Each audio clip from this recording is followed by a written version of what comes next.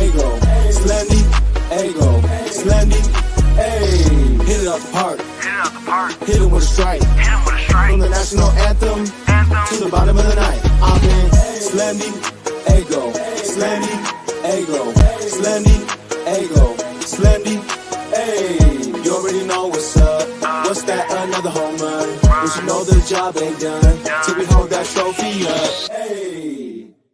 Good afternoon, everybody. Welcome to episode 398 of the Talking Friars podcast and YouTube show. Ben Fadden with you here. It is May 17th, 2023. And the San Diego Padres, they just lost a series to the Kansas freaking City Royals. They were 12-30 entering this series. 12-30.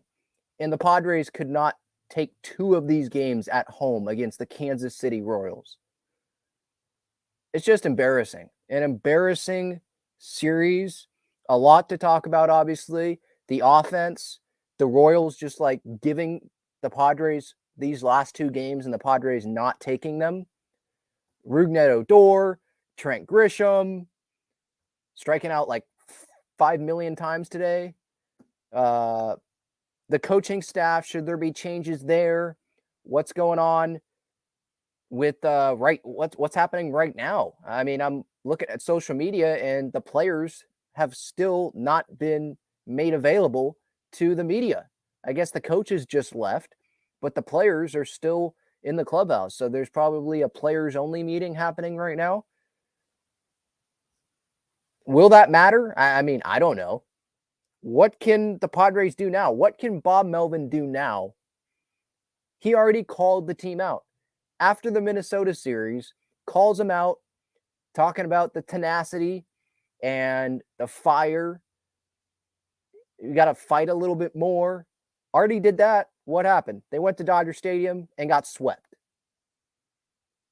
Then got a Kansas City series. Oh, perfect time for the Kansas City Royals, right? Yeah, the Royals suck. Padres aren't playing well.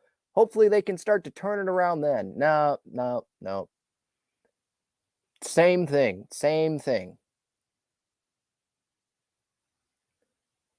I mean, yeah, I'm panicking right now. Like, I still think this team's a playoff team, but they're not a playoff team the way they're playing. There's no way they're going to make the postseason if they play like this. They're the worst team in baseball with runners in scoring position. The pitching has no room for error. If they make a mistake, it feels like the game's over. This just sucks right now. This absolutely sucks. Anyway, if you want to vent, you can click that link that is pinned up in the chat here on YouTube. We had a few fans call in, click that link last show and gave their thoughts. If you want to do that, feel free. You want to make sure I get to your comment, your question in the chat. If you don't want to come on the show, use that super chat button. I will make sure that I get to all of those. I try to get to most comments in the chat, but I assume there's going to be a ton of comments today because fans are pissed off with the way that this team is playing. So if you want to make sure I get to your comment and it supports the channel, supports myself, you can use that super chat button. But man, let's see how some fans are feeling here in the chat just to start this off. Mr. Robot says season's over. No one on this team cares about losing. I disagree with that. I mean, Nando, when he popped up today in the 8th inning, he was pissed off. He was slamming his bat right when he saw that he popped up. So they care. Caring isn't enough, though. Like, we have to see the results. At the end of the day, we have to see the results. That's what this is. It's not a caring contest. It's a winning contest, right?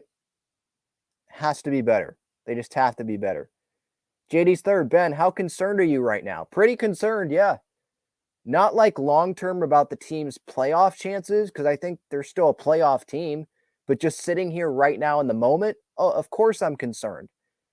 Everyone in the Padres organization is probably concerned right now. How can you sit here and not be concerned? You must just not be watching this Padres team play right now. And I know sometimes we treat this like a football season, like we react to every game like people like football fans would react to their team playing on Sunday because it's one of like 17 games or whatever. And we shouldn't be reacting like that in a baseball season when it's one of 162. But this isn't just one game. This is the Kansas City series. This is the Dodgers series. This is the Twins series. This is all season long with runners in scoring position. It's not just one game. It just keeps building and building and building. So after losing today, we get the news that Manny has a small fracture in his hand. So he didn't play these last 2 games. And Bomel said didn't think it was going to be an IL stint. Then he says today that I guess they found a fracture in his hand.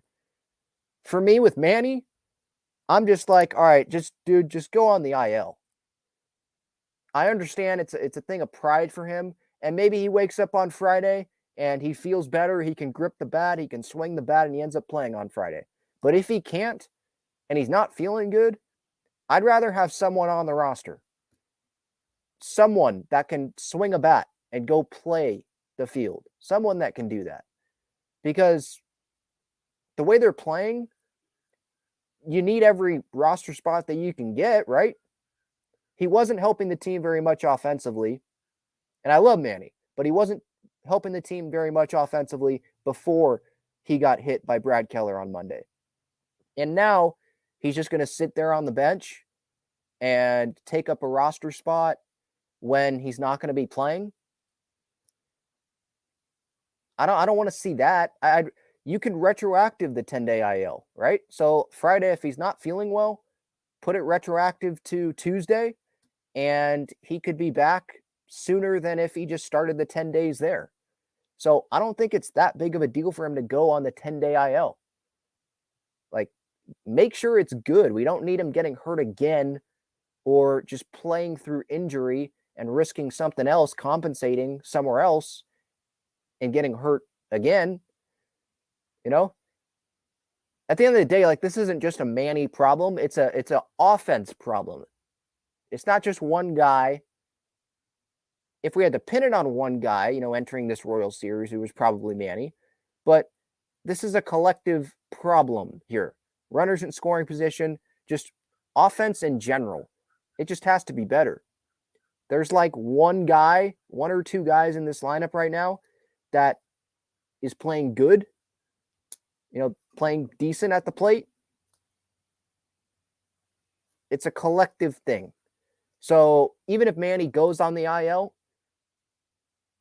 collectively the lineup has to be better. If Manny's not on the IL, collectively the lineup will still have to be better.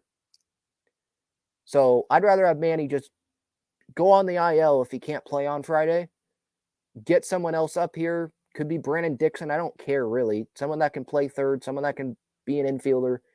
Just don't waste a roster spot if he's not going to play, you know? And I get it's a sense of pride for Manny to not have to go on the IL. I understand that. I've had Manny's trainer on multiple times on this show, and it is a source of pride for Manny to not go on the IL. And as a leader, he doesn't want to go on the IL, right? Wants to tough it out and post. He has so much pride in posting, and I respect that. But if you have a fractured hand and you're not going to be playing, then go on the IL. Take a few more days off, and then hopefully you're good after that.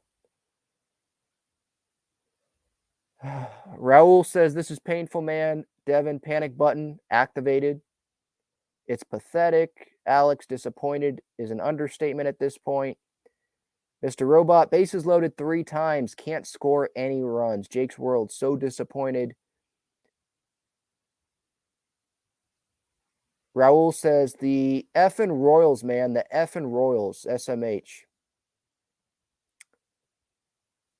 Devin, Grisham is definitely not the guy to rely on in a runners in scoring position situation. I mean, he was terrible today. Holy crap. He was so bad.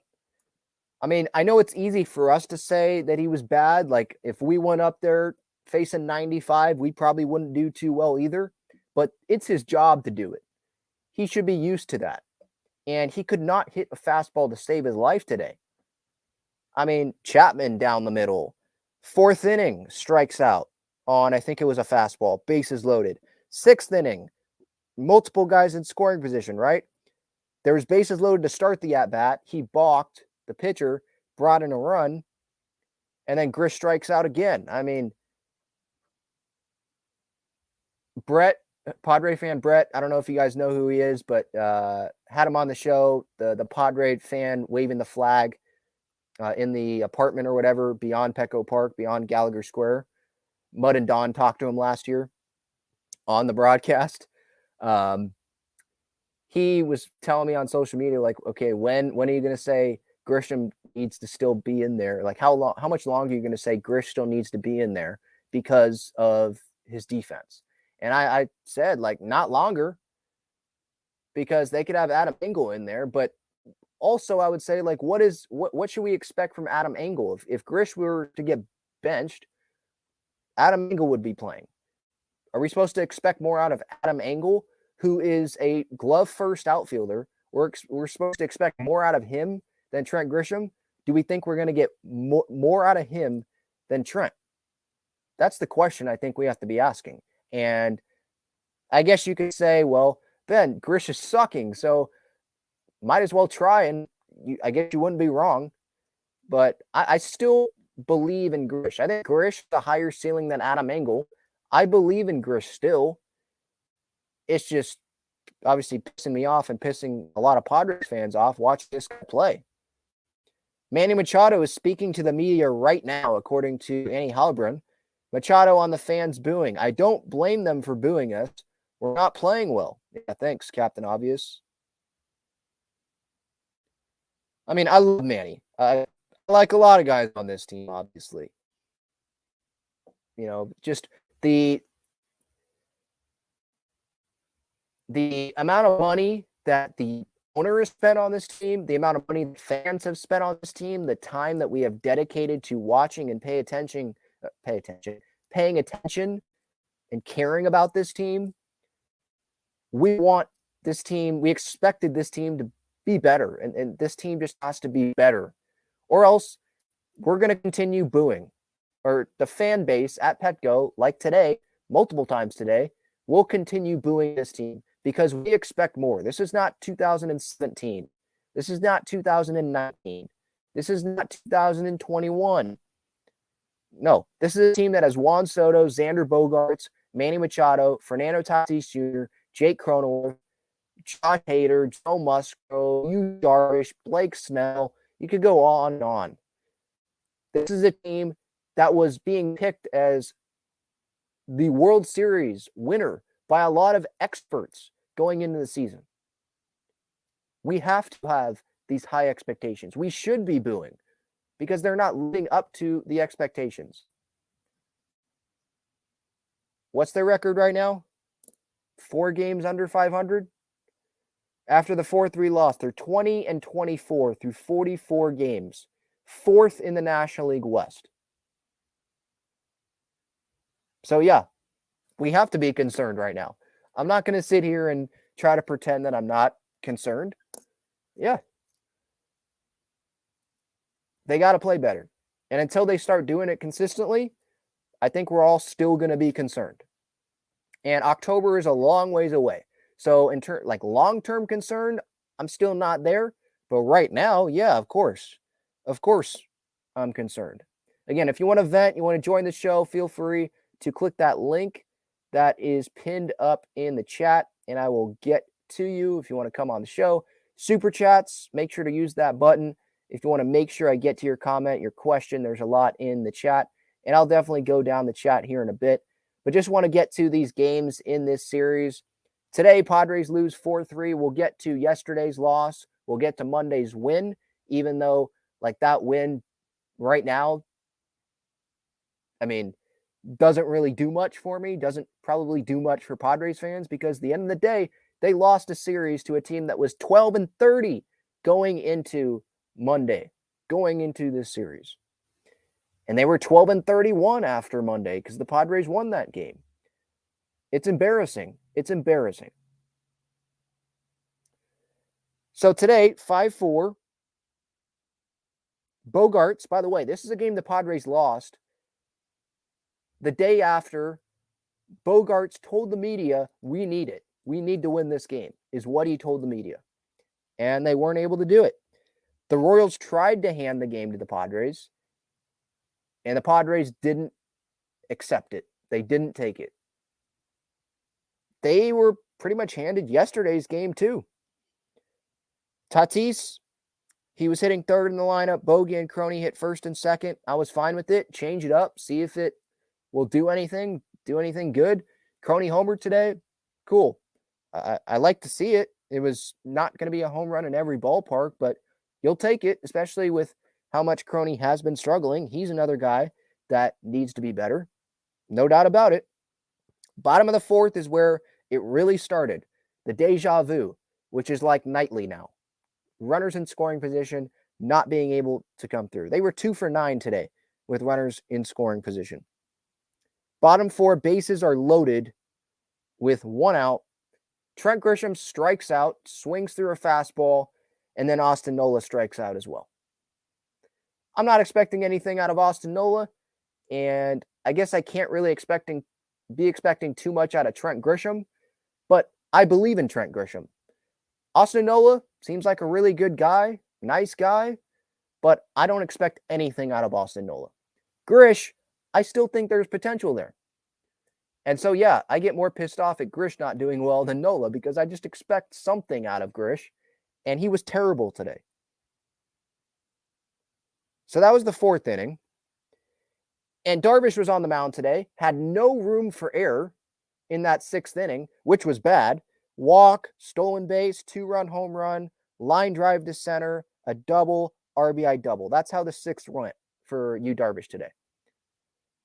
I saw someone on social media saying like this was easily the worst outing of Darvish's year this year. I don't know if I'm going to go that far.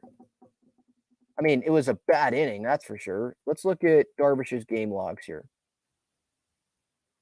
So, obviously, this isn't counting today because it's Baseball Reference. It doesn't update immediately.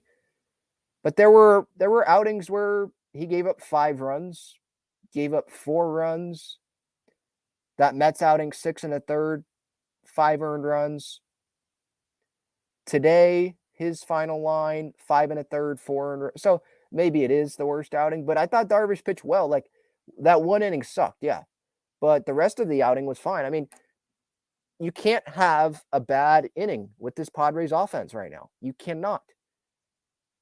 There's some games where you go 7 innings, mate, let's say, give up 2 runs, you lose the game because the offense just can't do really anything right now unless it is gift wrapped to you. And even then, they can't finish the job. Bottom of the 6th, the Padres scored 2 runs. One was on a balk. One was on an error. By the way, how did Rougned Odor not score in that spot? He's on second base. Bogarts has a ball up the middle. Witt bobbles it, gets away from him. And I think there were 2 outs in the inning. Odor is rounding third, and he doesn't run. Kim is standing there after scoring, and he's like, come on, let's go, run.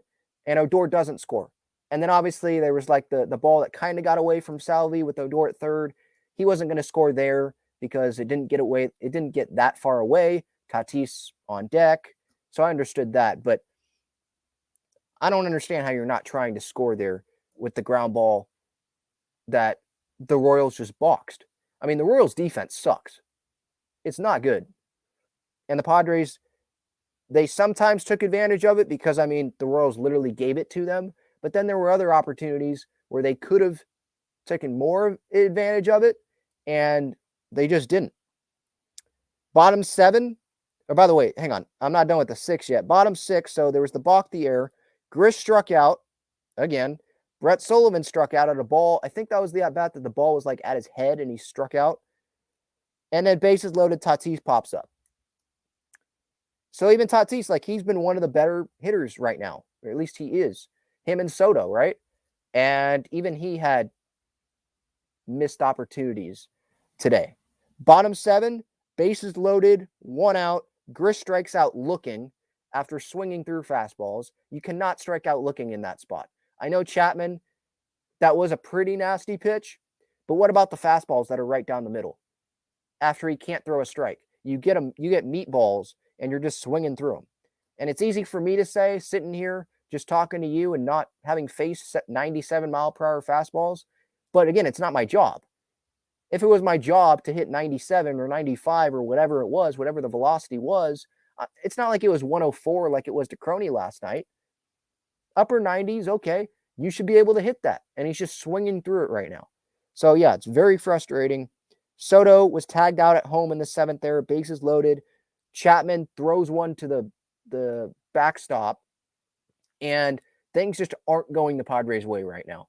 Ball goes straight back to Salvi. Straight back. And Soto gets tagged out. Like Soto, I'm not blaming Soto in that spot. Like, come on.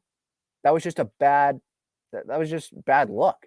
The ball goes right back to Salvador Perez. He saw the ball go to the backstop. He's running. He's not expecting the ball to go right back to the catcher. And he's already sprinting home. So it's not like he can really stop there. So that's not on Soto. That was just unlucky. But there were other opportunities other than that to score. And they didn't do that today. All right, I see Matt here. He wants to weigh in. He came on the show the other day, gave some pretty good points. Let's see what Matt has to say. What's up, Matt? Hey, man. How's it going? Not great. How about you? It's going all right. I just want to make sure we're on record for that $50 bet. I want it on the show. Yeah. Let's say it on the show. So all Matt right. was in the comments today on YouTube, and before the game, let's get the record. So I didn't cherry pick this loss. This was before this game started. They were 20, and 23, and I said they'd never see above 500 again. The rest of the season is what Matt is saying. Above, he said, not 500, above 500. Above 500. Okay. Yep. Yeah. And you said $50. $50. You thought I was wrong. $50. Yes. And we did that before the game. All right. Yep. Now, I mean, so I feel great. I mean, I don't like rooting against them, but I can't change. Me rooting doesn't change that they can't do anything. I mean, I don't know how Grisham can literally come up in the game with the bases loaded seemingly every at bat of his entire career. And he made Chapman. Yeah, I could never hit a fastball, but Chapman was those 97 to 104, whatever. But he also watched swang through Michael Myers 93. So I mean, he can't even hit 93 down the middle. So I mean, I don't know what you do with him. And trying to debate between him and Adam Engel is like Sophie's Choice, where she just murders both the babies because they're just completely untenable. I mean, it's just there's just no depth. There's no changes that can be made, which was why I was confident in the bet, which is why I've been confident in saying that it can't be fixed. But I mean, even if they do come around for a little bit, you've got to expect some pitching regression at some point. And when that happens, my God, I mean, the offense may come around, but you're going to get either the bullpen or the starters or whatever. And it's really still no injuries, except Manny's been out 2 days. Injuries are going to happen too. I mean, the team is just so thin. It up and down the roster that one more an injury to Soto or Tatis. I mean, I'd be at 70, 72 games by then, but I'm not making that bet. Just above 500, so we're on the record. Yep. We're on the record. DM me on Twitter. Are you following me on social media? Do you have social media? Yes. Okay. Make sure you're following me so I can DM you when the Padres get over 500. Because I think they will. I understand your points about the regression, the pitching staff, but I just think that I'm still going with there's too much talent on this team for them to continue playing like this. And I'm not saying that I'm going to expect Grisham to be Ken Griffey Jr. out there and all of a sudden be the best hitter on the planet, or the bottom of the lineup to be amazing. But I'm talking about the superstars. I'm talking about Manny. I'm talking about Soto. I'm talking about Bogarts. I'm not saying he's going to get on base 30 straight games like he did to start off the season. I'm talking about Cronenworth. I still believe in the star talent that is on this team. They're just not playing like stars right now. And I know some people don't want to hear this, but there's still a lot of time left in this season, and they can get over if they can't get over 500. I mean, yeah, that will be the most epic failure in Padres history for sure. Well, I'm sticking with it, baby. I'm sticking with it. I'm predicting a complete collapse now after this series. That Royals roster isn't. I mean, that's a bad minor league roster, much less major league roster. I'm not even sure that's a single A. That's one of the worst. That screams for Major League Baseball to contract them out of the league. I've never seen. I mean, how many major leaguers are on the team? Perez and Right. Bobby Witt Jr. That's it. Maybe one of those pitchers. I mean, this was a bullpen by committee that you lose to the.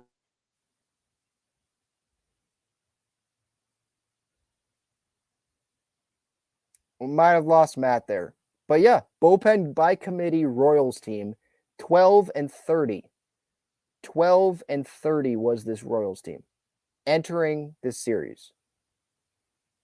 It's unacceptable. It's embarrassing. You cannot lose these series. And I know I say that, and they could be a playoff team, so you could say, well, Ben, no, they could lose this series because they ended up being in the playoffs. But no, I'm talking about like when you're playing bad like this and you expect to be a World Series team, you got to have higher expectations. Or not higher expectations, but the results just have to be better. You cannot lose this series if you want your fans to think that you're going to be this World Series team. And I'm still hoping that at the end of the year, they can still be that World Series caliber roster and be good enough to be in the postseason and all that. But right now, I can't blame fans that think, like Matt, that they're not going to see above 500 anymore. I mean, I think I'm getting that $50 from Matt. If anyone else wants to tag along with Matt on that and doesn't think that they're going to see above 500, I'll put another $50 on there for anyone else. But yeah, it's bad. Definitely bad. Again, if you're just joining, Manny, a small fracture in that left hand after he got hit by that pitch on Monday. Padres won that game. Michael Wacha was tremendous, but dang, that feels like such a long time ago. Padres had a bunch of opportunities today. Bases loaded all of the time. They got unlucky on that pass ball with Soto going home, but it looks like they got unlucky because they didn't come through in the other chances. Like if they would have come through in the other chances, they would have had the lead and they wouldn't have needed that to tie the game or anything like that, you know? And maybe we should have known that this was coming when the San Diego Padres decided to have Asante Samuel Jr., whatever the heck his name is, a Los Angeles Charger. They had him throughout the first pitch today at the San Diego Padres game. Who thought that was a good idea? To have a Los Angeles Charger who has no San Diego connection. I was looking on his Wikipedia page, no San Diego connection, have him throw out the first pitch at the San Diego Padres game. Come on. Like, let's read the room a little bit better. Whoever made that decision, come on. And then, like, I was fine with the Kershaw meme, but then I saw Sammy Levitt post on social media today that the Jumbotron had the Friar, like, swinging and smashing a Kansas City Royals piñata on the Jumbotron. Like, seriously? And this is when the Padres aren't playing good, and they're doing this. They're not on a 5-game win streak. They're 4 games under 500. They just lost a series to a team that had 12 wins entering this series. And the Padres think it's a good idea to have the Friar bashing a Kansas City Royals piñata. They might have been losing it in that spot when I saw that video, actually. So, just, man. Okay, I'm seeing on social media here, the clubhouse opened immediately after Jeff Sanders sent a tweet about coaches, I guess, leaving the clubhouse, and maybe there was a player meeting. Don't know if there was. Tatis on the booze at Petco Park today. Dennis Lynn tweets this. The way that we're finishing the game, I would brew ourselves too. So pretty much going with the Carlos Correa line. I remember when the Padres were in Minnesota and Carlos Correa was booed by Minnesota Twins fans because he was hitting under 200, I think, for the season. He was like, yeah, I'd boo myself too if I was getting paid this much money and sucking this much, essentially.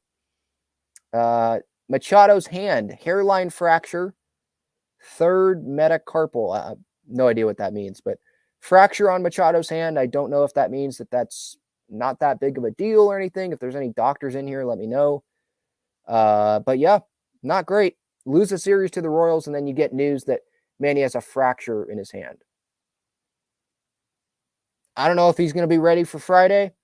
If it hurts at all, like, don't play. Like, I get it. We're 4 games under 500, and you'll want Manny out there on the field, but I'd rather have him get fully healthy before or instead of him coming out there and not being fully healthy and maybe continuing to struggle.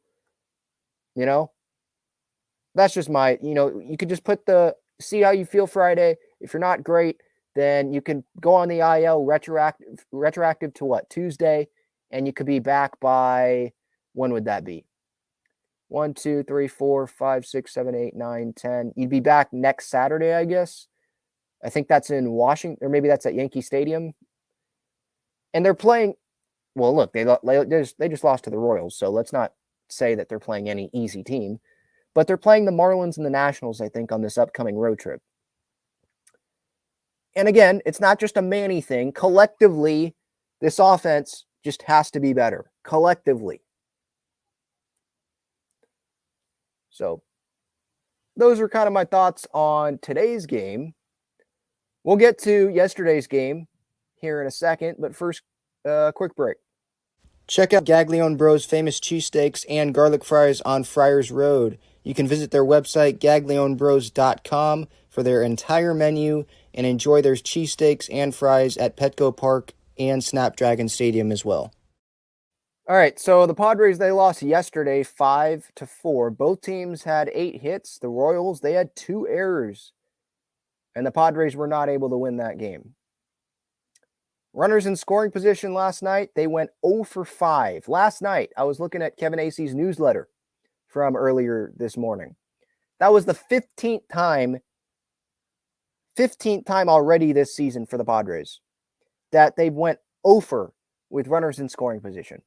And so when I see that, I'm like, okay, this isn't going to continue all season long. But right now, again, we're reacting in the moment. And right now, yeah, we're all concerned. We're all worried because this is like the worst start that you could imagine for this season, right? And so Lugo, yeah, he sucked in that second inning. And more injury issues there. After the game, Bob Melvin says he has a calf strain after he ran to cover second base on that last play of the second inning. So first inning was fine. Then the second inning came, and he gave up 5 runs in an inning. The Padres have not scored 5 runs in an inning at Petco Park this year, and the Royals did it before the Padres did. Lugo in the second. Single, stolen base allowed, strikeout looking, pass ball, which wasn't his fault, but still, runner got to second, runner got to third, I think. Walk, RBI single, walk, hard hit ground ball. I think that scored a run. RBI single, RBI double.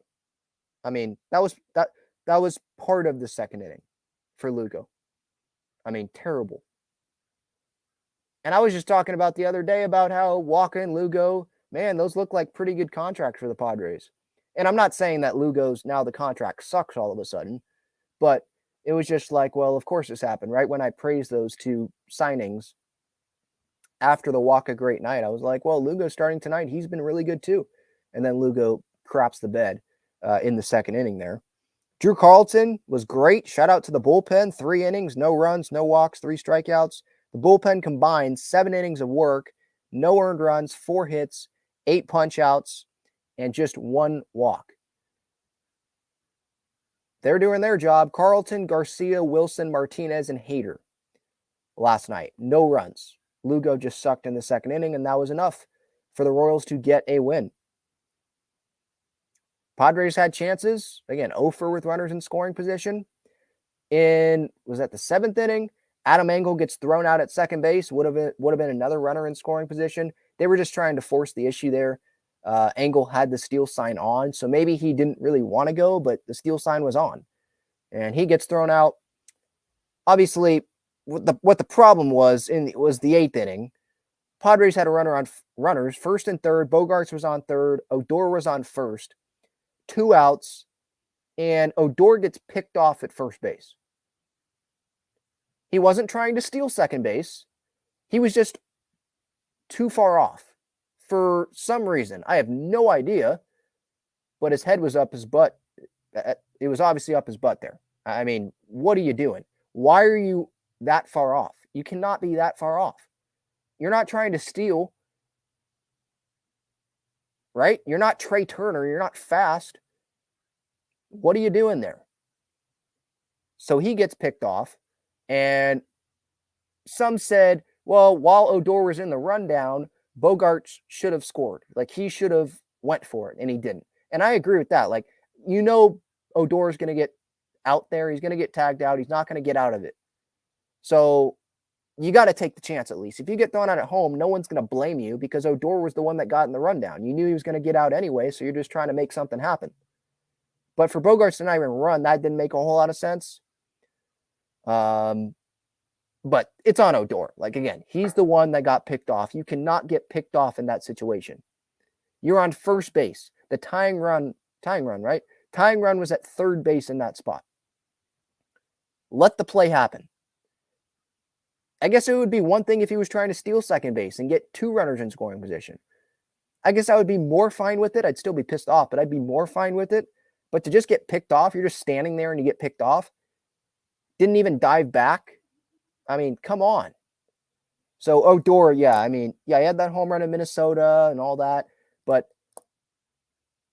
it seems like he's laughing all the time in the dugout when things aren't going right. He was laughing today in the dugout in a shot that they showed, and I'm fine with guys, being light because it's a long season, but also at the same time, it's like, all right, let's read the situation here a little bit better.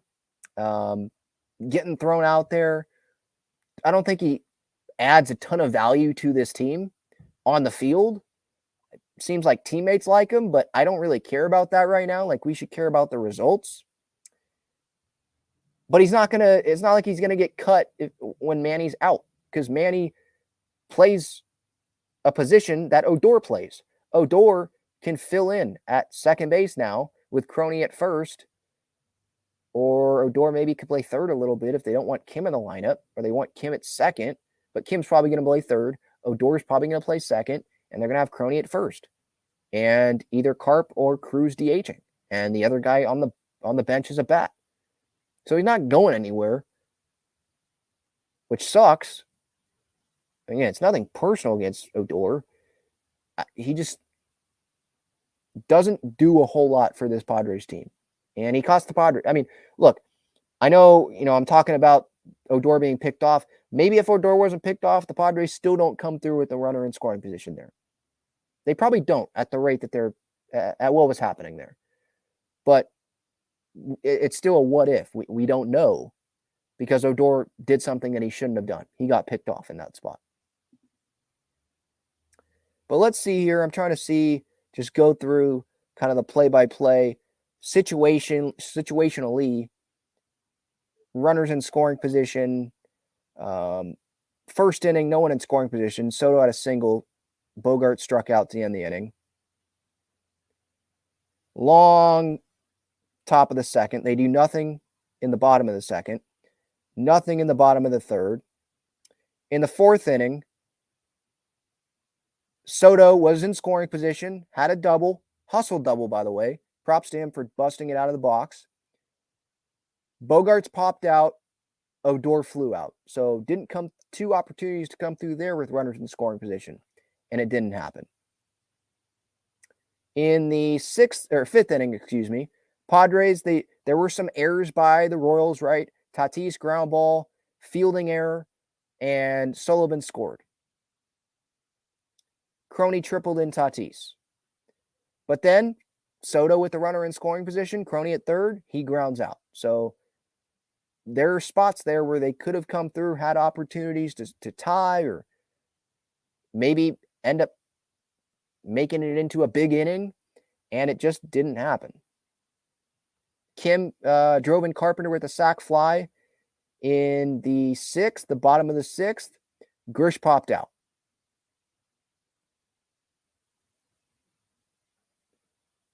Tatis made a tremendous throw in the top of the seventh, by the way.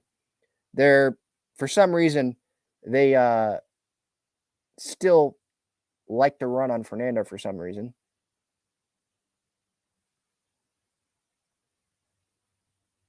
In the seventh there, Angle obviously was trying to steal, gets thrown out. Chapman threw 104 by Crony, by the way.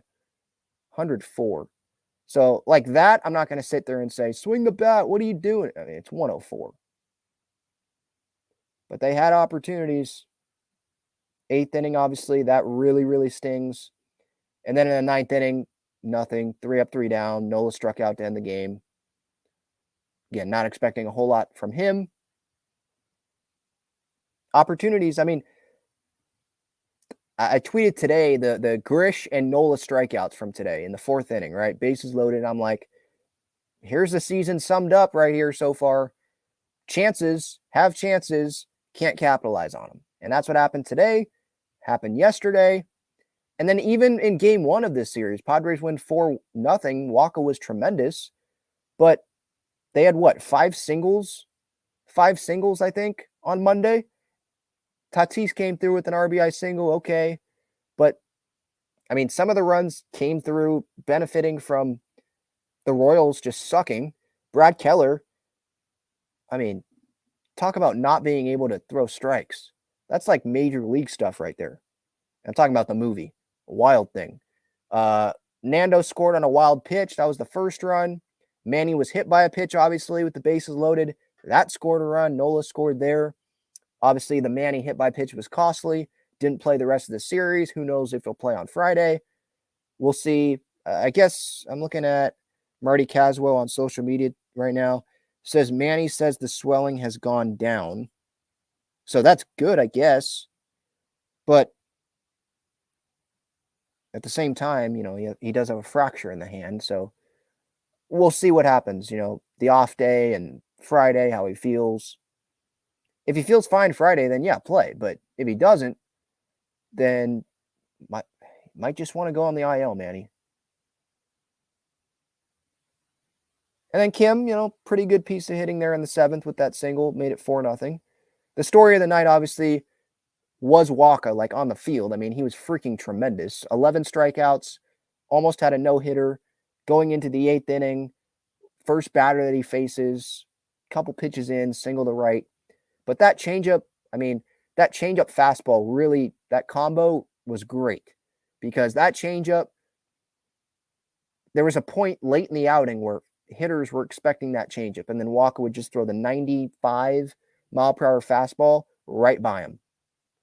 Because that pitch looks like upper 90s, 97 instead of 94, 95, 93, you know, because of the changeup, that combo there. So tremendous outing for Michael Wacha. I'm not going to sit here and expect that every time out or expect him to go 7 innings every time out from here on out. But that was an outing to remember. He's been close multiple times to a no-hitter. I think this was like his 3rd time that he was close in his career. And so I was fine with the decision to have Wacha go out there for the 8th. I think he's earned it in his career. But watching it, I was like, he's already had over 100 pitches. I wasn't sure that if he even got through the 8th, if he would have been in a spot to get the no-hitter. Because he would have had to go how many pitches? 120, 130? I don't know if Bomel wants that. So might have had a combined no-no if the no-no would have stayed. But a tremendous performance anyway. Wacky ending. I mean, there's a fan that runs onto the field. Guess he wanted to celebrate with Nando or whatever. And so that guy was an idiot. I mean, don't you have to be pretty drunk to be running on the field the last out of the game? I don't think I've ever seen that before. Last out, like during the pitch, guy runs out onto the field. And Martinez was like, yeah, I got him. That's strike 3. But then the batter was like, the guy just ran onto the field. How is that still a strike? But they counted it. So Padres won that game, but obviously the Manny injury happened. and then they lost the next two. So it's like we don't really care about that Monday win because they lost the series to, again, a team that was 12-30 going into this series. I mean, just embarrassing. All right. Anything that I wanted to add? Because I have some notes here about some stuff in this series. There was some stuff I was going to bring up, but that was more like looking on the positive side of things. But it's hard to look at really anything positive right now because this team just lost a series to the Royals. They just got swept by the Dodgers. They lost a series to the Twins. They're 2-9, I think, in their last 11 games now. So, yeah, it's kind of hard. And anyone that watches this show, listens to this show, they know that I'm an optimist. And long term, I can be an optimist. But right now, it's hard for me to be an optimist. Can Wacha continue to pitch very well? I think he can continue to give the Padres quality starts, but I don't think he's going to get to the level where we're considering him, one of the aces of this rotation this year. I hope not, because not anything against Wacha, but I just hope that Musgrove and Darvish just pitch really well. So we're like, no, those guys are clearly the aces. Wacha's not on that level. And hopefully Snell pitches really well. But yeah, disappointing series. I mean, what can Bob Melvin do now? Like I said earlier, he's already called out the team going into Dodger Stadium. Already pulled that card. And I guess I'm assuming there was a player-only meeting after today's game because the clubhouse stayed closed longer than expected, longer than usual to the media today. There's usually a cool down period before the media comes in, and it stayed closed longer than that. So I'm guessing there was a players only meeting because Bomel going in there and throwing chairs or whatever, or yelling at the team, he already did that. So what, he's going to do it twice in a week? I don't think that's what he wanted to do there.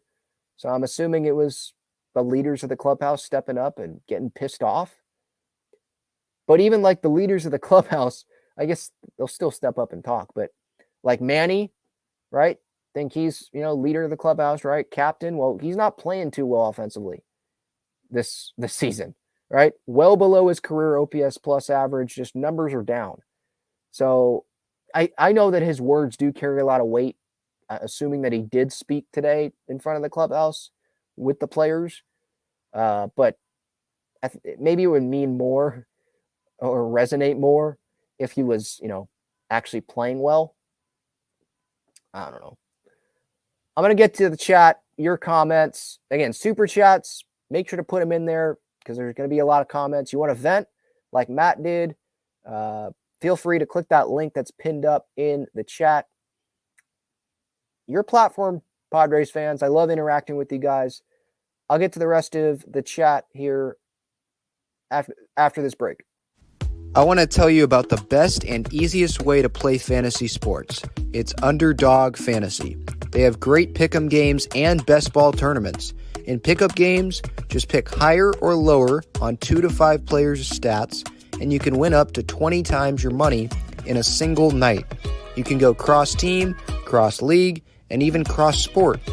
Best ball revolves around the draft, which is what every fan loves the most about fantasy, and it eliminates the hassle of having to manage your roster all season long, resulting in a fun and easy fantasy product. How does it work exactly?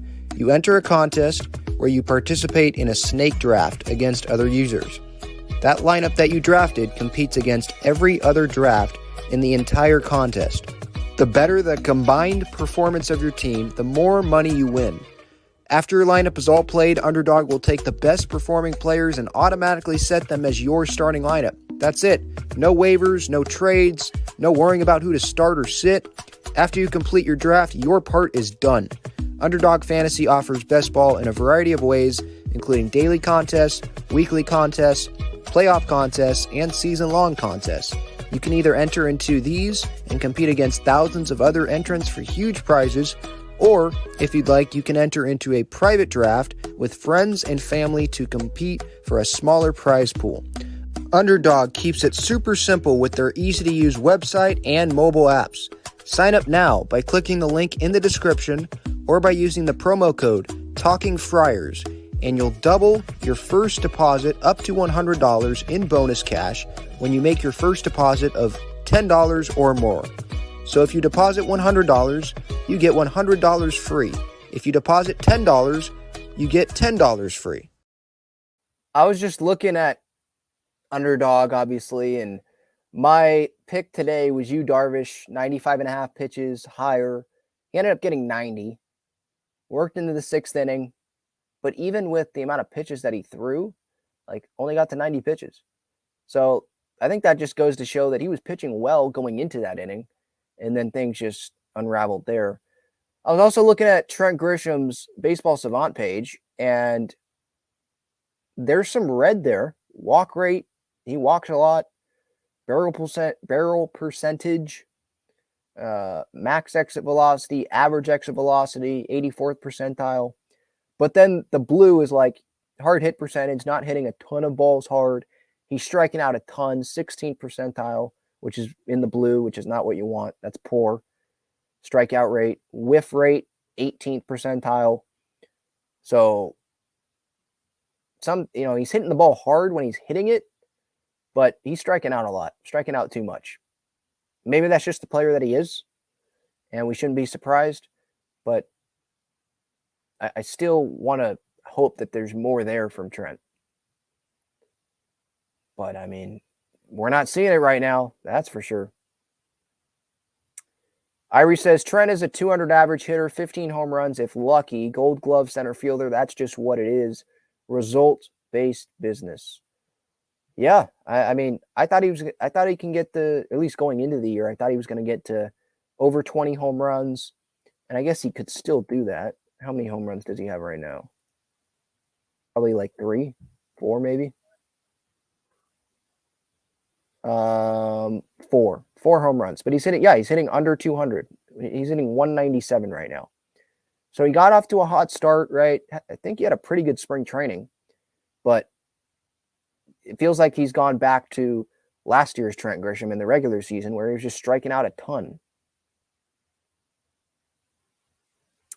Brent says Trent needs to focus on just trying to make contact with the ball instead of swinging out of his shoes, even in an 0-2 count. Yeah.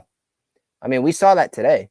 Fastballs down the middle, and it felt like he was trying to hit the ball to the second deck in right field.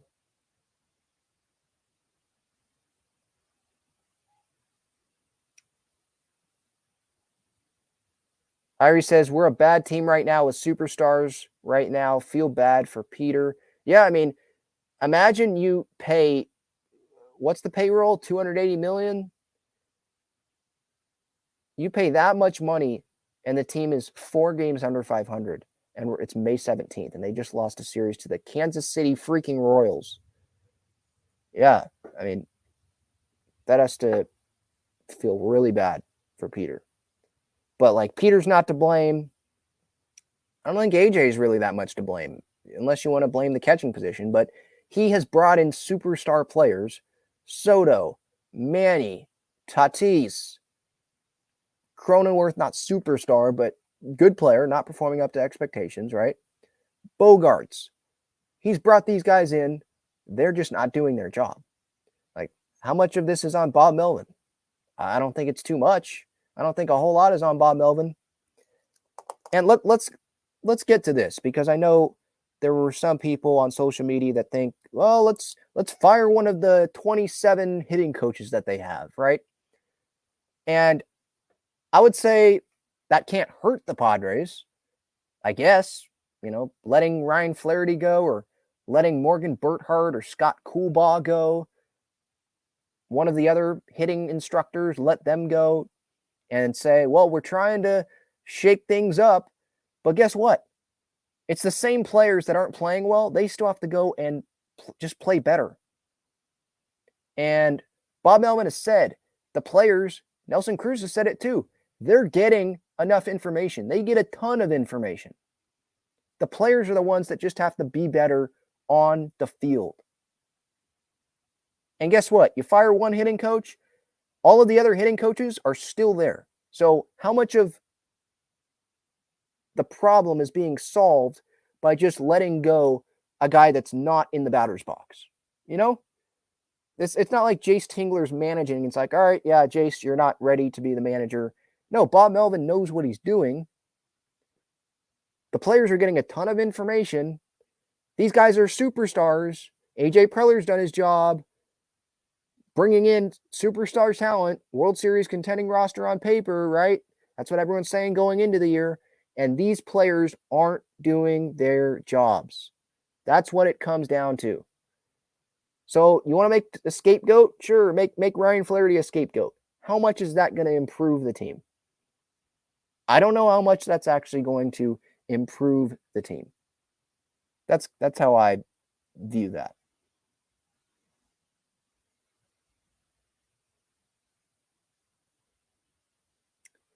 Kobayashi says team will 100% finish above 500. We want to see this team as is by then. Yeah, I'm seeing someone here say fire Bob. Doesn't do anything. I don't think that's going to do much.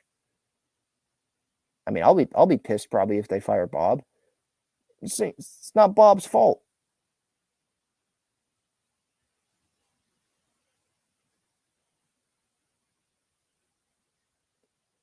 JD's third says we're in denial and down bad. I'm not in denial. I mean, this team stinks right now. Long term, maybe I'm in denial because I just believe in these players, or at least the superstars. But right now, definitely not in denial. This team is not good right now. Is that right? Grisham 9 left on base today. My goodness. I mean, holy cow! Yeah, I mean, he was swinging out of his shoes today with 2 strikes.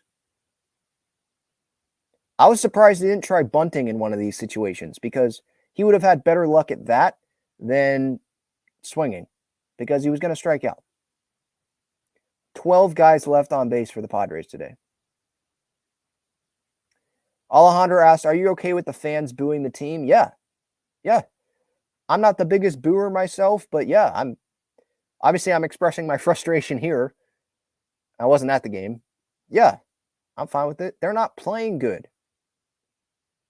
And it's not like this is the first week of the season. No, we got a pretty good sample size in here. And a lot of, record season ticket numbers, right? Fans spending thousands of dollars on this team. And this team is a losing team. They're 4th in the division. They can definitely boo. And like Manny's, he's even said it. Like, yeah, I'd be booing too, based on the way that they're playing. Larry says, cut Odor, Carpenter, Nola, and call up minor league players. Well, Carpenter and Nola aren't going anywhere. They're, Odor, that was a spring training invite. Okay, yeah, I don't see him being on the roster all year long.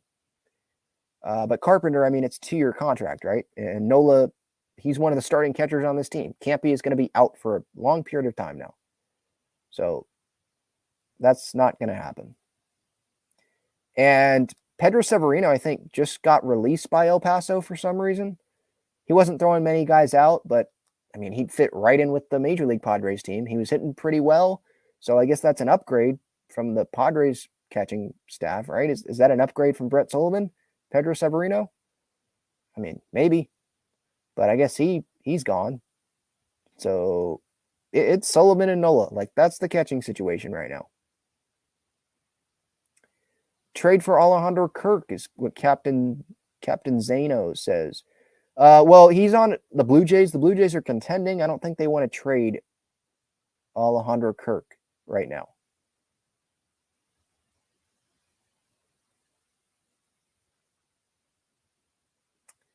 Brent says we're going to be sellers at the deadline. Wow, okay. We have really gotten to doomsday. I mean, sellers at the deadline for a team that was World Series favorites going into the year by some experts. I highly doubt that. But it's us fans reacting to this team sucking right now, right?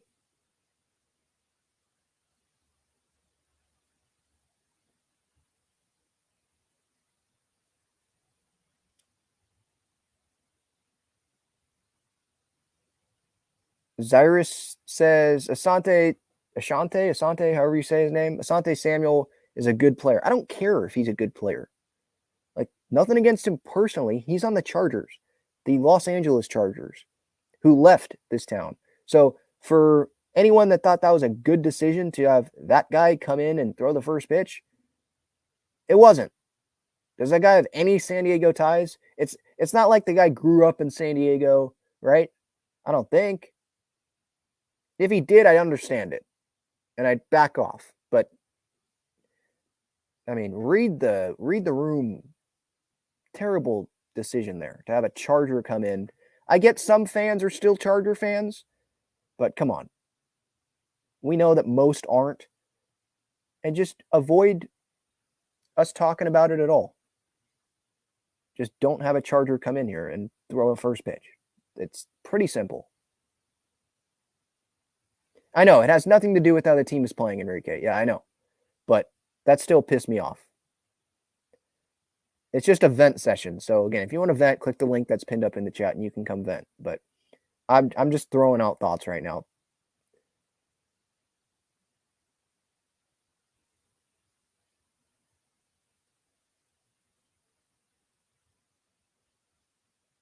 Maybe Trent needs to shave the mustache. I'm seeing kind of that in the chat here. Brent says, I'm rooting for whoever knocks Trent's mustache off his face. I mean, guys are superstitious, so if it's not working, maybe change it. Sal says, call up Tim. Yeah, Tim Lopes could be an answer for the Padres if you don't want Odor on the team, I guess. He had a good spring. Jose Iglesias, maybe that's another one. So maybe, yeah, that's a good point. I hadn't really thought of those guys. But that's not going to like fix the team.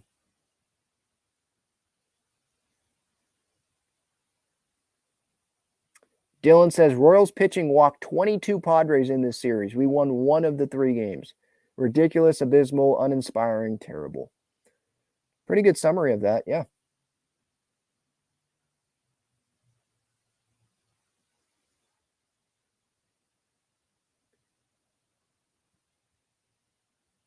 Carlin says Padres are cursed. I don't really believe in curses. I just believe in the Padres just needing to play better.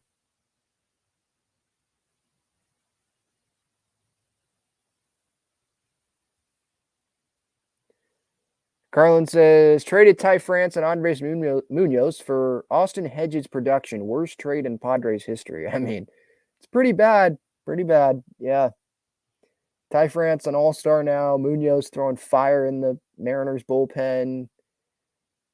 Yeah, and I didn't really like that they gave up on Taylor Trammell at that point either. Remember that they acquired him from Cincinnati, and they kind of gave up on him early. Trammell, I mean, he's not like this all-star player or anything, but I wanted to see him in a Padre uniform at the big league level and didn't get to see that. Or did we? No, I think he got traded as a prospect. I don't remember him coming up. It might have been spring training.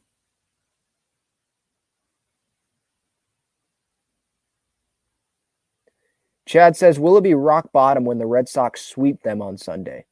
I mean, maybe. But you always feel like, well, in a baseball season, because of how long it is, and when you're playing bad, things can always get worse. Like, they could get swept by the Red Sox. I don't think they will, but they could get swept by the Red Sox. And then Soto gets hurt during the series, or Tatis gets hurt during the series. And then it's like, or they get swept by the Red Sox, and then one of the big guys gets hurt in the next series on the road trip, and it's like, okay, now this is rock bottom. Or maybe something else happens, and then it's like, oh, this is rock bottom. Today it feels like this is rock bottom, but it could get worse. Obviously, just hoping that it can only go up from here, but maybe that's not true. Maybe it can go down from here.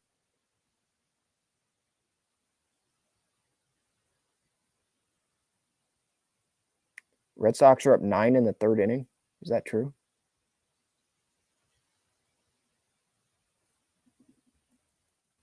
Red Sox. Let me look at the Red Sox score. 9-1. Holy crap. Top of the 5th. Hopefully they're just wasting those runs and they're going to be asking for those runs back tomorrow, or not tomorrow, on Friday.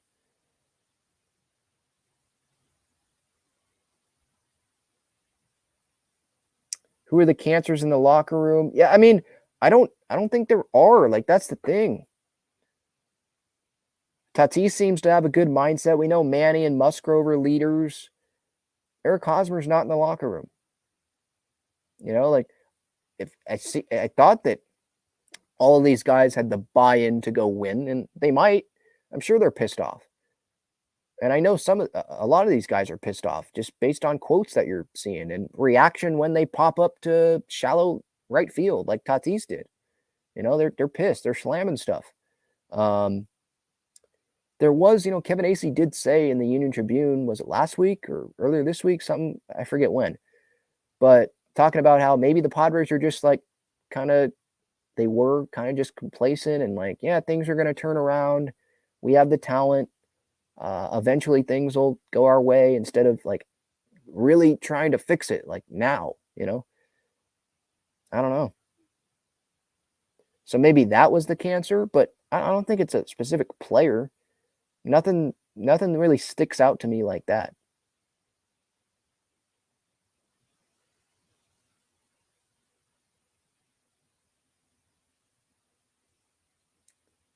Chad says worst average on fastballs in Major League Baseball. I mean, watching today's game, you'd think so. If that's true, I'm not really that surprised.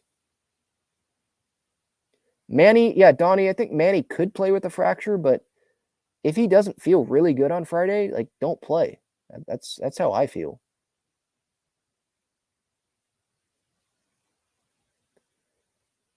Matt says, how about the Robert Suarez contract? Did they even give him a physical? I don't recall him ever even throwing before he was shut down. He didn't throw in the big leagues, but he was throwing, I think, in Peoria. He was throwing in spring training, right? And then he got shut down.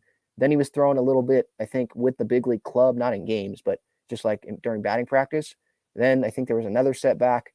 And now he's just starting to throw, not a baseball, but I forget what it's called, a plyo ball or whatever. So, yeah, he's a long ways away. And, yes, of course they gave him a physical. But that was in the offseason before he started throwing.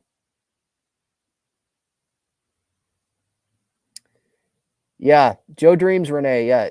He might want to change that Slam Diego song to Strand Diego because that's what it is right now.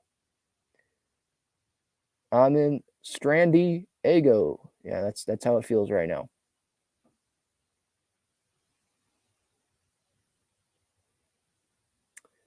Just going through the chat here. Tyler says, did you see the video with Manny? No, I did not. Is it up right now?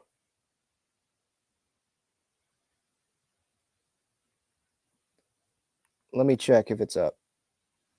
Hopefully it's up. Marty Caswell does a great job at uploading the interviews and all that in the locker room. Because, I mean, I wish the Padres would allow me to have that access, but they don't. Yeah, so the Manny interview is out. So I don't know if you can hear this. Hopefully you can.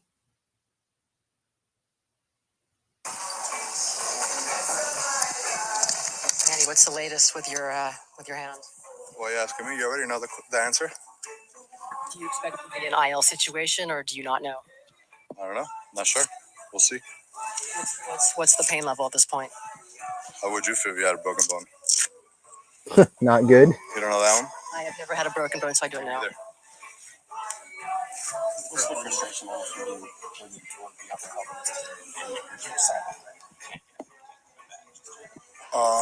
Yeah, I mean, it's definitely a tough stretch for us, and we definitely want to be out there and try to help this team win in whatever way. And I think it's just a bummer. I mean, it's not ideal for us right now, and we just gotta see how it goes. You fight through like so many injuries.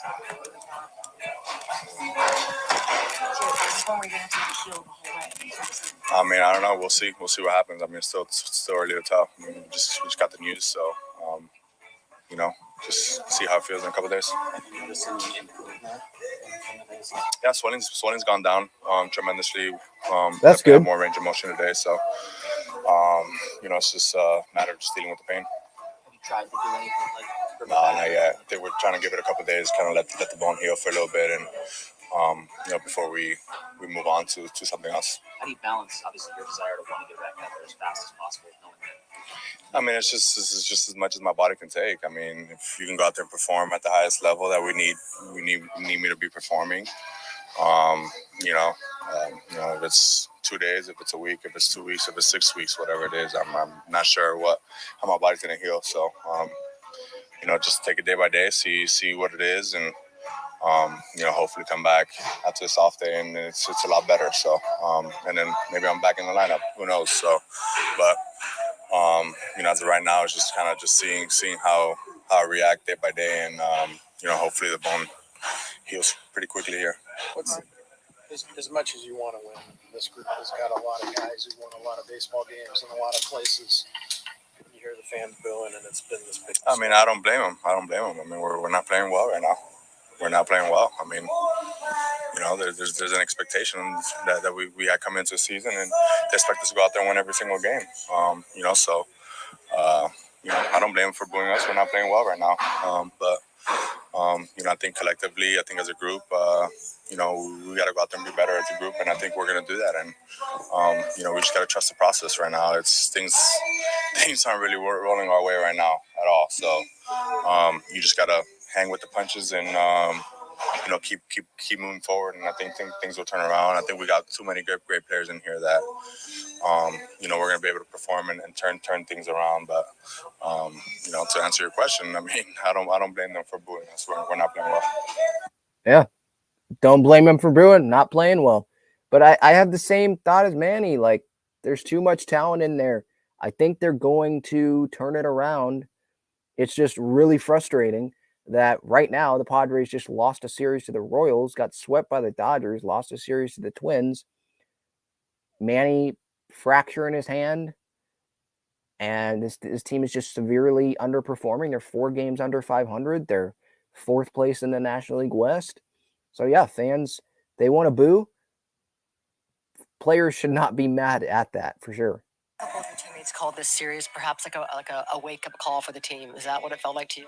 Yeah, I mean, I think the last 2 weeks we really haven't been playing really good baseball, and I think we kind of hit that tough stretch, and yeah, I mean, I wouldn't say it's a wake up call. I mean, every team in the big leagues, they're in the big leagues for a reason, and every team go out there and compete every single night and beat you. I mean, it doesn't matter if it's the best team, the most paid team, or the worst team in baseball, the lowest paid team in baseball. I mean, you go out there once you step in those lines, you got to perform, you got to play well, and unfortunately, we haven't been playing our best baseball, and we haven't been playing good baseball at all, and other teams have been playing better. So, we just gotta keep rolling with it. Keep trust the process. Keep doing it.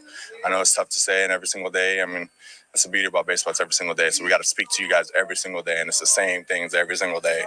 And for me to keep saying the same thing, trusting the process, I think fans or people, misinterpret it or are tired of hearing it. But this baseball is 162 games. It's a long season, and we just gotta keep playing our game. I think we're gonna come out on top of this, and we're gonna get over this at some point, and we're gonna play better. I promise you that. All right, there you go. We're going to play better. I promise you that. I think that's the case. I think they're going to be over 500. I still think this team's going to be a playoff team. But again, we're just pissed off because this team is underperforming, and we expected so much more from this team than what we have gotten so far, 40 plus games into the season. Manny's reaction, by the way, I know I didn't play the video for the YouTube audience, but his face at the end there when he was talking about when I have to talk to you guys every single day, like he was like, damn, you could just tell I'm annoyed that I have to keep talking to you guys. And he has to keep saying the same thing. Like, what else is he going to say? The baseball card, trust the baseball card, trust the process. Fans might get tired of that, but what are the players supposed to say? What else are they supposed to say? we're not playing good enough. Manny has said that. I think we're going to turn it around. We're going to play better. That's what the players are going to say. So again, at the end of the day, it comes down to the play on the field. Changeo Surfo says, notice that Preller hasn't addressed the press at all. Well, what questions would the media be asking AJ? Like, are you surprised at the slow start? What do you think he's going to say? Yeah, we need to play better. We expected to, we had high expectations going into this season, and we're not meeting them right now, but I believe in the talent that's on the field. We're continuing to work every day to get better at it. And I think things are going to turn around, but we have high expectations for ourselves, just like the fans do. That's pretty much what he would probably say. So, I mean, if he wants to make himself available, he can. If he doesn't, I don't really have that much of an issue. It's not like he's hiding. He's one of the more accessible GMs, at least from the videos that I've seen, and because they don't give me credentials. From stuff that I've seen, he's one of the more accessible guys. Like, he's on the field. When Marty Caswell wants to talk with him, he sits down or stands and talks with Marty. Like, she posted an interview, I believe, earlier this season with Preller, just on the field there, about kind of a slow start. So he does speak. But I think right now he's traveling, like scouting and stuff. So maybe he's just not in town. I don't think that he's someone that's like, no, I'm not talking to the press. Now, if they continually ask and he already spoke, then I could see why. But I don't think he's someone that's like hiding from the media, if that makes sense. Jason says, I've been a Padres fan for a long time. I've seen worse, but those teams didn't have any chance of coming back, but this team will come back. The season sucks right now, but keep the faith. I kind of think the same thing. Yeah, chat says, don't forget mentioning the 2019 Nats and 2021 Braves. Yeah. My optimistic side, long-term view, like I would mention them, but no one wants to hear that right now, right? No one wants to hear that. I watched the Nats in 2019, and they had a lot of talent. This team has a lot of talent, and I think they can do that. And the Nats, they were terrible. 19-31 is much worse than what they are right now, what the Padres are. That's 50 games in, and you're, 12 games under 500? I mean, that's not where the Padres are, right? That's 3 times where the Padres are. So it's not that bad, but it's still under 500, and we did not expect this Padres team to be under 500 at this time, at any time in the season. Chris says, top heavy, bottom of the lineup is dog S. Yeah, I mean, I think we kind of saw that going into the season, though. But we saw the top of the lineup, and we were like, man, look at all the star power. They're just not really performing right now. So that's where it's like when they're not performing, and then the bottom of the lineup is what it is, and they're also sucking too. It's like, man, this lineup is trash. That's what it feels like. There's just a lot of pressure. Just like, there's a lot of pressure on the pitching staff right now. There's a lot of pressure on the top of that lineup. I mean, today, the bottom of that Padres lineup, I mean, my goodness. You have Kim as your 6 hitter, Odor as your 7, Grish as your 8, 0 for 4 punch outs today, Nola as your 9. He gets pinch hit for, Nola hitting 151, by the way. He gets pinch hit by a guy that's in his rookie year, and he's hitting 176 at the big league level. So, yeah, there's nothing down there right now.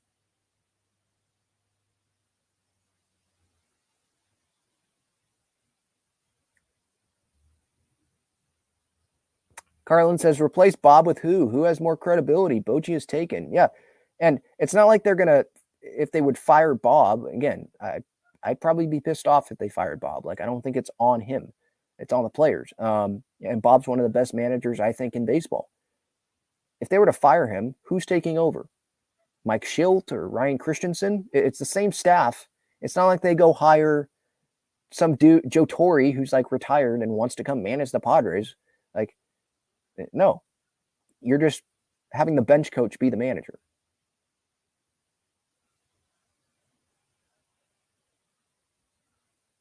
Chad says he booed today. I don't blame you. Don't blame you. This team is not playing well enough to not get booed. They deserve to get booed.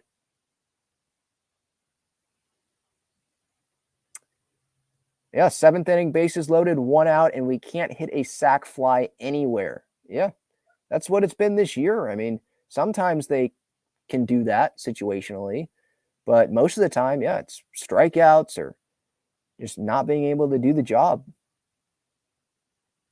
Yeah, I'd trade for Salvador Perez, Tyler, but how much are they going to have to give up? Do the Royals want to part with their captain? I don't know. And how much is Preller willing to give up for Salvador Perez? We don't know, right? Is he willing to give up Jackson Merrill and then pay Salvi, what is it, like $20 million a year? Is he willing to do that? Is he willing to give up Ethan Salas? Probably not, right? I wish Ethan Salas could come play.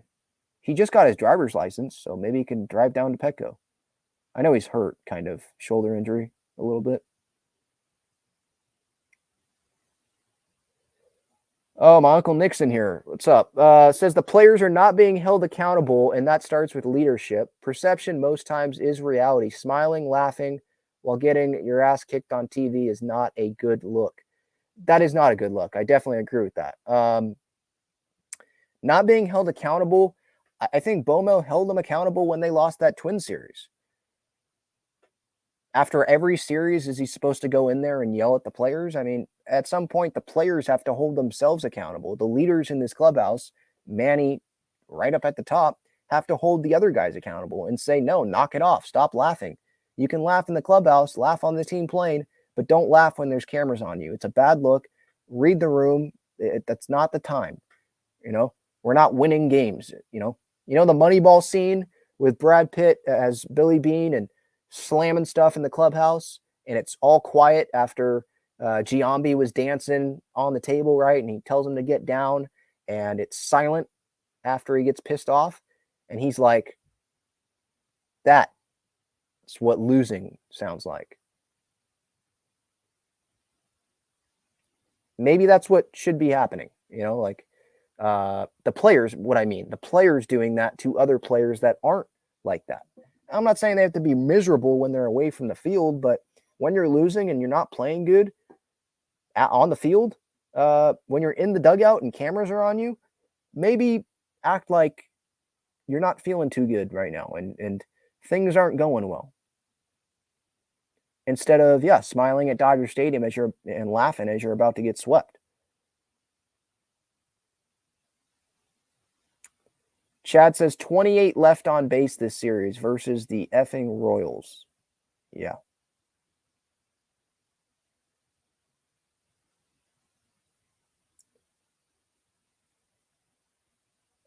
Stereo Choir asks, anyone know how Bomel was in the post game? He wasn't, it didn't seem like he was like super fired up or anything like that. I'll find it. I'm going to find it here. 1 second. Let me go to Bally. It should be up here on Bally. Yeah, so here's Bomel talking to the media after the game. And, not getting hard contact in those situations. It's been a story all year. So it continues, and, we just have to fight through it, sometime break through. We're giving ourselves a ton of opportunities, probably no more than we did today in certain spots, and we continue to struggle with that. So you'd think at some point in time when you have that many opportunities, you'd cash in on it, but we're still here right now. The bullpen kept you guys scoreless, and yesterday and today. How much did you appreciate what they were able to do? Yeah, look, they keep us in a game, and I was saying earlier that, we're putting a lot of pressure on them in tie games for them to be perfect, but in games like this, they have to hold it down when you're not scoring any runs, and they did it. They're holding up their end of the bargain. What do you want for these guys tomorrow for the off day in terms of regrouping, coming back? Like, what do you hope that they do? The answers are getting some hits and relaxing. Yeah, that would work. And trying to understand that, you're in charge in those situations. But to this point, we just haven't done it. And it hasn't been one or two guys. it's really been everybody. Is Soto trying to do too much there, or is it? What did you see on the play? This question from Kevin, by the way, like, what do you mean was he doing too much? The ball hit the backstop, and this is probably what Bomel's going to say. Ball hit the backstop, went right back to Salvi. He's not doing too much. That's just a bad break. I mean, that's pretty unlucky. I mean, any ball goes to the screen. Usually, you're going to score on it. It hits the pad and comes right back to him. So, as bad as it looked, that's usually an easy run. You stuck with Grisham going against Chapman. Angle had faced him before, and what the decision there? Look, he was. It's tough to hit him, and he's walking guys. And Grish is a guy that walks and has 1,000 OPS off left-handed pitching. So he's our guy. We've given Angle a couple of starts against lefties, and that might not. That's where Grish has actually excelled. So, that was my thinking there. Seems pretty clear this team is kind of pressing, maybe trying to do a little too much at the plate. How do they not do that? I know that's so much easier said than done. I wish there was a quick fix for that. I mean, we've talked about it many times in the hitters' meetings that we're the guys that are in charge, and let them come to you and get your pitch. That, in those type of situations, you got to realize that the pressure should be on the pitcher, and I think we're just putting a little too much pressure on ourselves. Could you go a little bit more in depth into that mindset, like what it would take to build that kind of mindset with where you're in charge of the at-bat? Well, it's easier said than done. You can talk about it all you want, but until you get a couple of games or several at-bats where you come through, it mounts, and that's what it's continued to do, and that's why you're seeing it go on for as long as it is with guys that are really good hitters, is that the longer it goes, the more pressure it kind of builds on you. And, everybody wants to be that guy, but, we're not coming through as a team right now. I take it Manny wasn't available today. No. How's he doing overall? So the initial x-ray didn't show anything. He had a CAT scan and an MRI yesterday that show a small fracture on the metacarpal. So we don't think it's an IL situation, but we're going to probably go through the off day, see how he feels, and see where we are on the weekend. Well, so Bomel's saying, don't think it's an IL situation. That's what he said yesterday, I believe, when he was talking to the media post-game or pregame, because they just wanted an update on Manny, obviously. But now there's the fracture in the hand, and who knows what's going to happen the off day, how that's going to feel. Who knows how he's going to feel when he comes in on Friday. So don't really know if he's going to be on the IL or not. Obviously, Bomel right now is going to say, I don't think it's going to be an IL situation. Swelling is done. It's gone down, as you heard from Manny earlier. So that's at least good. So that's an injury he potentially could play through. Well, it just depends. I mean, it just depends how he responds to it. It's anytime you have a fracture in there, it's painful. It's just kind of where it is and how he feels. We're trying to give him a few more days to see, what our decision is on that. To this point, he wasn't going to play today. He wasn't going to play through the off day either way. We'll see where we are once we come back. All right. So there's Bomel post game. So he wasn't like Minnesota after the Minnesota game, really calling out his players and all that. Because again, he already did it. Him doing that after every game, if they don't come through with runners in scoring position, that's probably going to get old. And the message is going to get stale, right? Bomel knows where to pick his spots. And, I thought he probably shouldn't have picked that spot against Minnesota, knowing that the Dodgers series was coming up. Maybe do it after the Dodgers series going into the Kansas City series. Like kind of what happened last year. They were playing the Diamondbacks when he did it in September. But usually he knows when to pick his spots, and he's one of the best managers in baseball. So again, it's on the players. It's not him. It's maybe firing someone on the coaching staff would do something, but those guys aren't the ones that are in the batter's box. The guys in the batter's box are the ones that have to be better, and they can't be fired, unfortunately. Or Dor, I guess, can, if they want to get rid of him, but guys have guaranteed salaries and they're just on the team. So even if you hate some guys, well, they're going to be here still. Just hope that they can get out of it, right? All right, so did like an hour and a half there on the Padres, and if you have any more comments, any more questions, if you want to join the show, one last reminder, you can click that link that's up pinned in the chat. I'm going to move over to some other San Diego sports stuff here in a second. Quick reminder, breakingt.com. You can click that link that is in the description for great San Diego sports swag. Underdog fantasy, great pick'ems. Unfortunately, I got that Darvish pick wrong today. I went higher on the pitch count. It actually was lower. But I got that Wacha one right. First game of the series. It was like 4.5 strikeouts. I went higher. He ended up striking out 11 guys there. But there's pick'ems on there where you could go like 6, have like a parlay of 6, and then win like 10 times the amount of money. So I recommend you using that link. Use that link for Underdog Fantasy that's in the description, and you get a 100% deposit match up to $100 when you sign up. And then code Talking Friars on SeatGeek for $20 off your order. So if you're going to go to a Padre Red Sox game this weekend, or if you're waiting until they start playing better baseball to go to Petco, where you think that they deserve your money, you can wait till then, but just code Talking Friars on SeatGeek, and you'll get $20 off your first order there. All right. Let's get to some other San Diego sports here. Let's do the MLS. So obviously the Loyal, for now, they are not going to be involved in this new MLS expansion franchise that is coming to San Diego. What is the latest?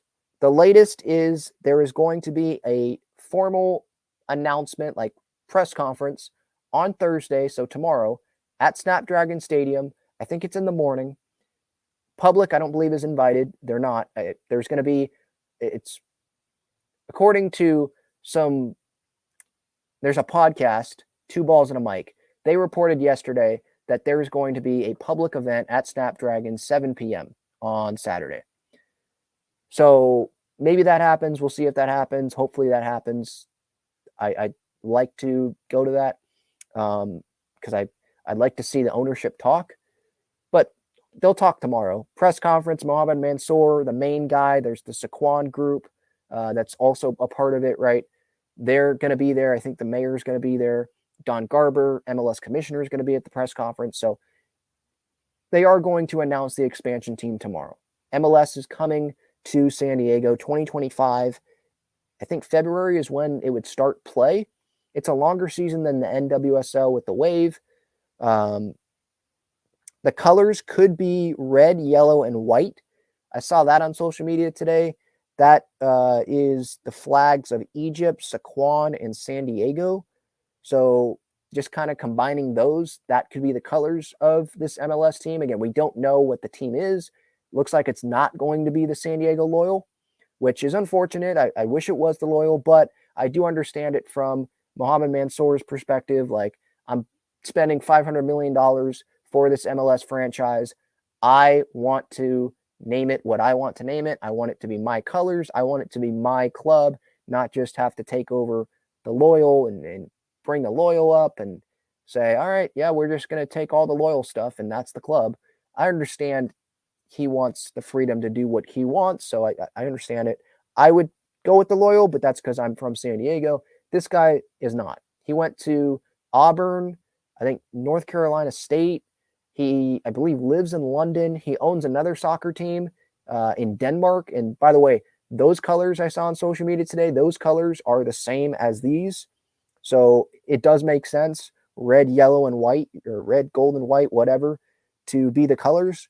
Not expected to announce a crest or a team name. And I think that's smart. You don't want to just announce a team name. And maybe Mohamed Mansour has some, thoughts on what, maybe he already has some names in mind. But I think it would be smart to go out in the community, see what names the community wants or throws out there. Because soccer, like, they rely on ticket revenue. It's not like the NFL where it's all on, or not all, but a lot of it is on like TV deals, right? And MLS, it's on Apple TV Plus. Like, there's money from that, but they rely a lot on gate, on ticket revenue. So you want to attract fans, involve the community, show you care about the community. A lot of Loyal fans are not happy right now because the Loyal, they're seeing this MLS group and they're like, well, this new guy coming in, not giving any San Diego soccer connection. The San Diego connection is Saquon. They have money. No soccer connection, no loyal. Landon Donovan, not bringing him over, no connection with them. And so they're like, well, that's off to a bad start. The Loyal already built a community, built a fan base. They really care about San Diego. Literally, their name is Loyal. Their owner is from San Diego, blah, blah, blah, right? So not off to a great start with those fans, but the casual fan, just the San Diego sports fan, you got to attract them and make it known that you care. Like, this isn't just about money. Like, you care about the San Diego community, and they have the Rights to Dream Academy that they're going to build as well, where there's going to be younger players that are going to be developed in that and then maybe play for the MLS team. So that'll be cool. But like, show that like you're invested right out of the gate on Thursday, tomorrow in the press conference, on Saturday if there's that public event. Show that you care, and I think that that can go a long way. Or at least if it doesn't go a long way initially, that will, it will be a good first step, right? So again, the latest 30th team, expansion team in the MLS that's going to be announced on Thursday at a news conference at Snapdragon Stadium. The colors, don't know officially what they are. Not expected to announce the crest or the team name, but it's going to happen tomorrow. Not the crest and not the name, but the press conference. It's going to happen tomorrow. It's going to become official tomorrow. In the Union Tribune, it was reported yesterday that the deal is done.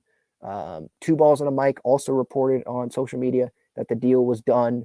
So it's happening. I'm excited about it.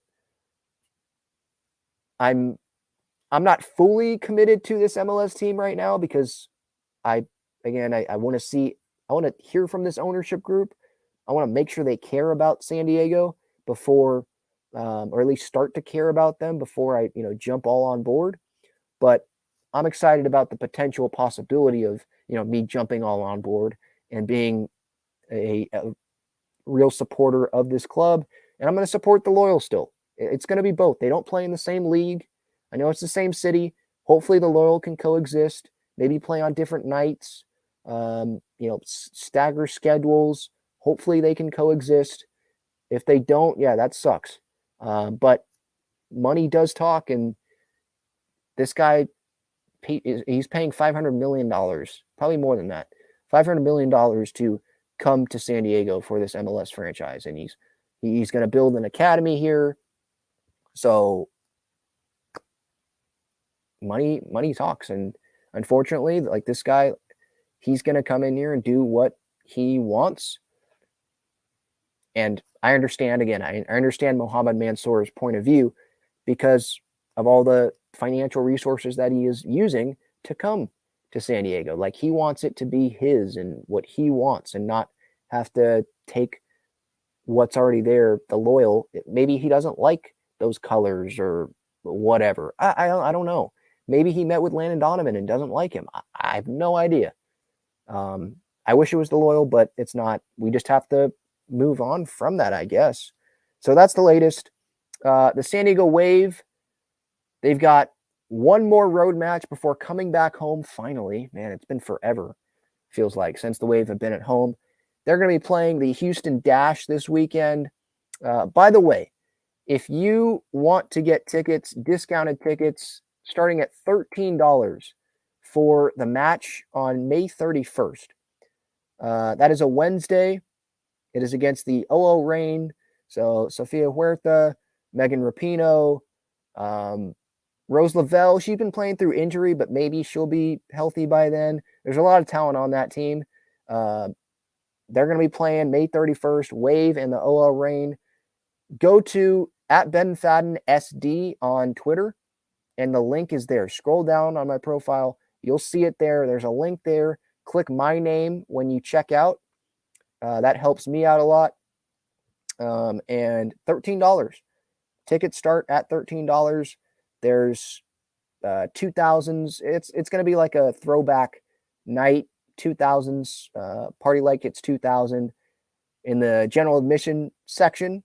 Pre-game tailgate party, discounted beer, 2000s music, yard games. Again, $13 is what tickets are starting at. So please, if you want to go to a wave match, that would be a great wave match to go to. And hopefully they play better in that match. And I think they will. I think, they had a good win against Kansas City last weekend, starting to turn it around maybe a little bit, and hopefully they can get a win against Houston this weekend. All right. Any other comments here? David saying, I see Grandal in a San Diego uniform. Yeah, I'm seeing that because the White Sox, maybe they're not going to be in contention. Grandal, former Padres, they do need catching help. Yes, Monty Grandal's contract. I'm just looking that up right here. So he's a free agent at the end of the season. So let's say they trade for him before the deadline.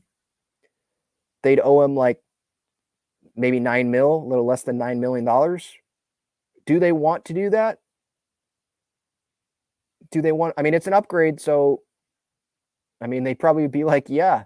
Seidler would probably be like, yeah, if that's an upgrade, I'm pissed off seeing Austin Nolan, Brett Sullivan. We don't know about Campy either. But Campy is going to be returning, hopefully, around the trade deadline, right? He's out for weeks. So he's out for what, 8 weeks, right? He's out for a while. So I don't know if it's going to be a guarantee, so Campy comes back, he's going to be the starting catcher, and they can just rely on him the rest of the year in what's probably going to be a small sample size before the deadline. So I would anticipate some move being made by the Padres. I think Grandal maybe could be an option. I know James McCann, I think, plays for Baltimore. He's a veteran catcher. Grandal, 118 OPS plus this year, hitting 286, 3 home runs, 11 RBIs, 798 OPS. So that's obviously way better than the Padres catching has done this year, but that's a very low bar. It's not like he has to play better than Johnny Bench. You have to play better than guys that are hitting under 200. 36 games from him. I'd be open to it. I'd be open to any really catching upgrade, to be honest. It's got to get better. Holly says, I just watched that Manny video. He was pretty rude to Marty. I get he's upset, but damn. Well, yeah, that he does that to Kevin too. That's just what it is with him. Sure, perfect world. Maybe you don't want Manny talking like that if you're like the Padres PR people to the media, but that's just, Manny's pissed off. Do you want him to be honest? That's just how he feels. And he doesn't want to talk to the media right now, but he's doing it. He's dealing with a fractured hand now. He's probably really pissed off. And the media, right? He's probably not looking at it from the media perspective, because the media, there's certain questions that you have to ask, right? But Manny's like, why are you asking me this question? You know the answer. Doesn't feel good. What else do you want me to add? You know the answer to that. And he's pissed off. So that's probably why Marty got that response. I don't think she is going to take it personally or anything like that. She has so many years of experience in clubhouses. I love listening to her and Darren on the Darren Smith Show, by the way. They're great. Look, some players, they get pissed off when things aren't going well. And don't you want that? You want the honesty, right? I think that's better for fans. You want that honesty. Boo us. Yeah, boo us. We're not playing well enough. You could tell he was pissed off in the interview. I'd rather have that than him act like everything's fine, But he's also looking at it long term, yeah, things are going to turn around. We're going to play better. I promise you that. I like that. All right. Talking Friars episode 398. That is it. Tons of Padres talk today. Obviously, things aren't going so well, but hopefully better times are ahead. Ben Fadden signing off. Thank you, everyone, so much for tuning in. At Talking Friars on Twitter, Instagram, at Ben Fadden SD on Twitter. That's where my non-Padres thoughts are. Baseball Struck YouTube channel, my MLB YouTube channel. If you just want to subscribe to that, I would appreciate that. A lot of breakdowns recently because there's been some ejections. So feel free to subscribe to that and turn on notifications here on this channel, that channel, so you don't miss when a video comes out. this channel when you don't miss when I go live. If you want to be a part of the vents like this, you want to be a part of the chat. Again, I appreciate everyone's time. Please, please, please have a great rest of your night. Try to maybe not think about the Padres. You'll probably have a better night. All right. See everybody. Talk to you later.